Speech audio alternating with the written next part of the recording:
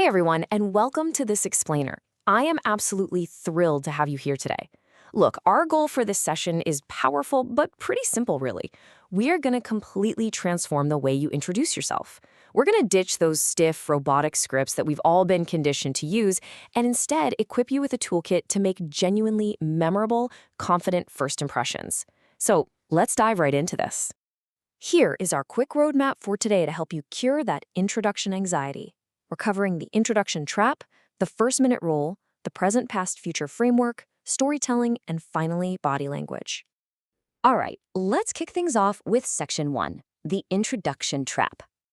Let's be honest, we need to address that universal sense of dread that just washes over us when someone asks, "So, tell me about yourself." It's literally one of the most common questions out there at networking events, casual meetups, job interviews, yet it somehow trips up almost everyone. We instantly panic, right? We're sitting there thinking, do I tell them where I was born? Should I just list my resume? Wait, do I talk about my cat? It is a surprisingly easy trap to fall into. The cultural norm we default to is what I call the robotic resume. We just state, I am job X at company Y. Yawn. But our sources highlight an incredibly effective alternative from introduction expert Joanna Bloor, and it's called the problem solver approach. Basically, instead of just handing over a title, you state the actual impact you have. So instead of saying, I'm a journalist, you'd say, I help people connect to each other by telling stories. See the difference? You are not just your job title, and making that subtle shift to a problem-solving mindset instantly makes you way more intriguing. Moving on to Section 2. The first-minute rule. Now we're going to build a framework for an unforgettable opening. Listen, you have exactly 60 seconds, just one single minute, to make an impact and set the tone for your presentation or interview.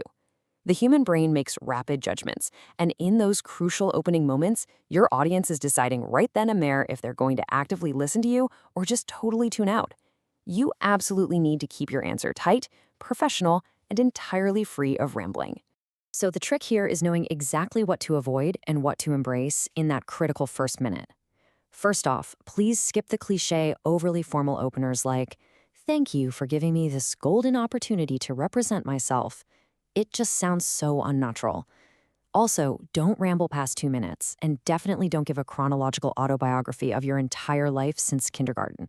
Instead, you do want to start directly with a hook or a relevant story. Our sources point out that if you're presenting on a big topic, say saving the soil or women's empowerment, you should connect it to a real-world story or current event immediately to grab their attention. Focus on the value and impact you bring to the table right out of the gate. All right, Section 3, present, past, and future. Now, this framework is the absolute core architectural backbone you can use to flawlessly structure an introduction. Let's break this timeline down. If you ever feel lost or start rambling during an intro, just fall back on this. You start with the present, your current role and your primary responsibilities.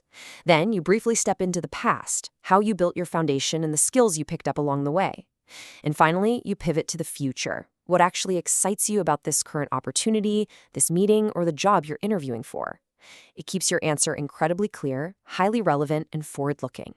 Let's see this in action. Imagine a digital marketing candidate saying, I'm a marketing coordinator managing email campaigns. Boom, that's the present. They might even add a specific achievement there, like leading an initiative that caused a 23% increase in open rates. Then they hit the past.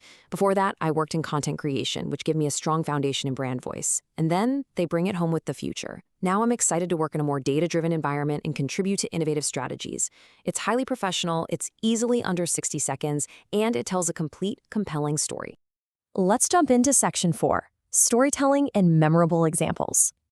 Okay, so now that we have this structure, we need to add the spark. We do this through storytelling. Joanna Bloor's method gives us 3 fantastic steps for finding your unique story. Step 1, as we talked about, is going beyond your job title. Step 2 is identifying the specific problems you are particularly good at solving. But step 3, well, this is where the magic happens. Flashback to your childhood. Think back to your 8-year-old self. What were you great at back then? Because often those natural childhood talents translate directly into what sets you apart as a professional today. Here is a perfect example straight from the source material. When Joanna was 8 years old, she had this fantastic sense of direction and could easily memorize hiking routes. It was just a quirky childhood trait, right? but she translated that into her adult career. That exact same spatial awareness allowed her to build complex 3D software architecture maps for big companies. Using a unique personal story like this firmly anchors your professional narrative and makes you entirely unforgettable to whoever is listening.